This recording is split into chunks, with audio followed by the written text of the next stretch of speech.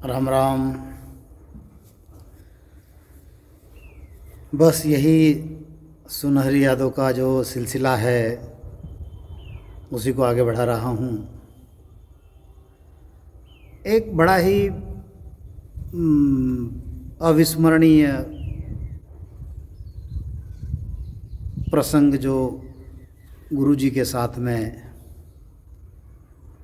मैं सत्संग में गया था तब की बात है। अब विषय ऐसा था कि मुझे किसी जगह सत्संग पे पहुंचना था और मेरे निजी कारणवश मैं वहाँ जाने में थोड़ा विलम्ब हो गया। अब बात ऐसी हुई कि मेरा एक विचार हमेशा रहता था कि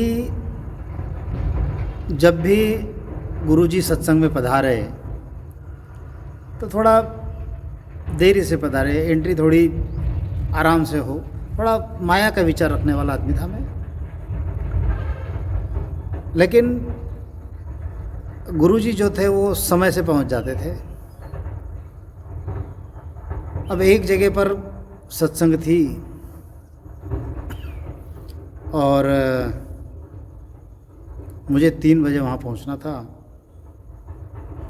मैंने गुरुजी से कह दिया कि आप एक काम करना, आप 3:30 के दरमियान वहाँ पे पधारना, क्योंकि थोड़े लोग भी आ जावे। क्योंकि हमारे यहाँ पर एक आदत है लोगों को, अगर 3 बजे सत्संग रखते हैं तो फिर 3:30 बजे आते हैं, कोई 3:45 बजे आता है, कोई 4 बजे आता है, या ना अपने अपने हिसाब से आते हैं। तो अगर नई जगह सत्संग है तो लोगों को जमा होने में थोड़ा समय लगता है। तो मैं यही चाहता था कि मेरे गुरुजी की एंट्री जो है थोड़ी ज़ोरों शोरों से हो, अच्छी हो, ज़्यादा लोग वहाँ पर इकट्ठा हो। अब उस दिन सत्संग थी, मैं थोड़ा सा 20 मिनट लेट पहुँचा। मैंने गुरुजी को बोला था कि आप 3:30 बजे आना। मैं 3:20 पर पहुँचा। देखता हूँ तो वहाँ पर पद गायन शुरू हो गया था। करीबन 100 के ऊपर लोग वहाँ पर जमा हो गए थे।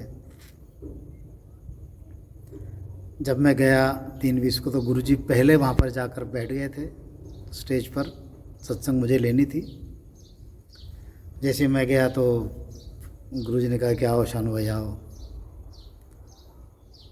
हंसकर स्वागत किया। फिर मैंने क्षमा मांगी कि मैं थोड़ा लेट हो गया हूँ करके, 20 मिनट लेट हो गया हूँ। और चलो कोई बात नहीं, सत्संग शुरू करो। सत्संग हुई, बढ़िया प्रोग्राम अच्छा रहा। 1.5-2 घंटे सत्संग चली, सभी लोगों ने सुना। नए लोग थोड़े ज़्यादा थे। अब वैसे नए जीवों के लिए ज़्यादातर उस समय में प्रधानता मुझे दी जाती थी कि आप उन लोगों को समझाओ करके। सत्संग हो गए, सब वापस आ गए। अब उसके 2 दिन तो गुरुजी रामद्वारा में नहीं आए थे, अपने काम से फैक्ट्री में थे, बाहर ही थे। जब 2 दिन के बाद आए तो हम लोग बैठे। बैठने के बाद मैंने फिर से वही विषय छोड़ दिया कि गुरुजी क्षमा करें कि मैं उस दिन सत्संग में थोड़ा लेट आया। तो गुरुजी ने मुझे समझाया कि देखो शानू भाई, आप कितना लेट आए। मैंने कहा 20 मिनट लेट आ गया था मैं। गुरुजी ने कहा कि नहीं, आप 20 मिनट लेट नहीं आए। मैंने कहा ऐसा थोड़ी है, मैं तो घड़ी देखकर आपको बता रहा हूँ कि मैं 20 मिनट लेट आया था करके। शानू भाई, हिसाब ऐसे नहीं होता। तो मैंने कहा आप समझाओ। वहाँ पर कितने लोग बैठे थे? बोला 100-125 लोग होंगे। मैंने कहा कि ठीक है, कोई बात नहीं, हम एक राउंड फिगर लेते कि 100 लोग वहाँ पर बैठे हुए थे। अब आप 20 मिनट आए, लेट आए, इसका मतलब वहाँ पर जो 100 लोग बैठे थे उन सब के 20 मिनट आपने ले लिए, हर एक व्यक्ति के 20 मिनट आपने लिए। अब थोड़ा कैलकुलेशन करो कितना समय हुआ। तो मैंने बताया कि 20 मिनट के हिसाब से 2000 मिनट हो गए। तो कहने लगे कि उसको फिर आप और कितने घंटे होते हैं उसको थोड़ा सा देखो। जब कैलकुलेशन गुरुजी ने करके बताया तो करीबन 2000 घंटे थे। तो उसके जब घंटे मैंने निकाले 2000 मिनट के तो 33 करीबन ऐसा कुछ उसका गणित हुआ। तो गुरुजी ने मुझे समझाया कि आप 20 मिनट लेट नहीं आए, आप एक दिन 9 घंटा लेट आए, अगर सबके 20-20 मिनट जोड़े जाए तो। देखिए कैलकुलेशन कैसे होता है। समय जिसको हम टाइम मैनेजमेंट कहते हैं या जिसको हम समय का एक महत्व कहते हैं, अगर उसी समय गुरुजी मुझे टोक देते तो शायद मुझे बुरा लग जाता, लेकिन इतना बढ़िया तरीके से समझाया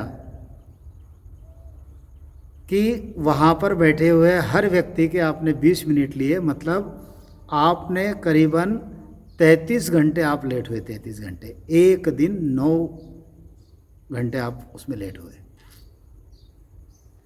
वो दिन है और आज का दिन है। मैं कभी भी समय से पहले सत्संग में पहुंच जाता हूं,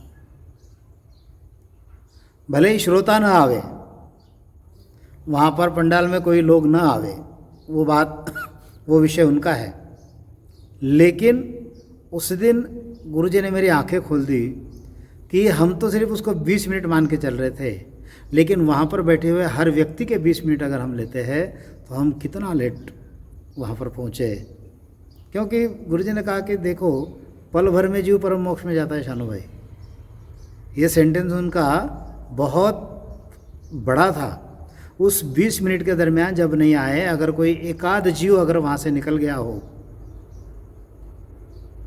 कि चलो अभी तक तो कोई सत्संग लेने के लिए कोई आया नहीं है, चलो थोड़ा बाहर निकल लेते, ये काल तो जीवों को पकड़ने के लिए बैठा ही है, हो सकता है वापस वो नहीं आए, कम से कम वो सत्संग सुनता तो उसका सुकृत बन जाता। तो ये समझाने का जो तरीका था गुरुजी का जो है, वह बड़ा ही एक अलग तरीके का है। मेरा सौभाग्य कि मुझे उनका सानिध्य मिला और बहुत कुछ बातें मैंने उनसे सीखी है।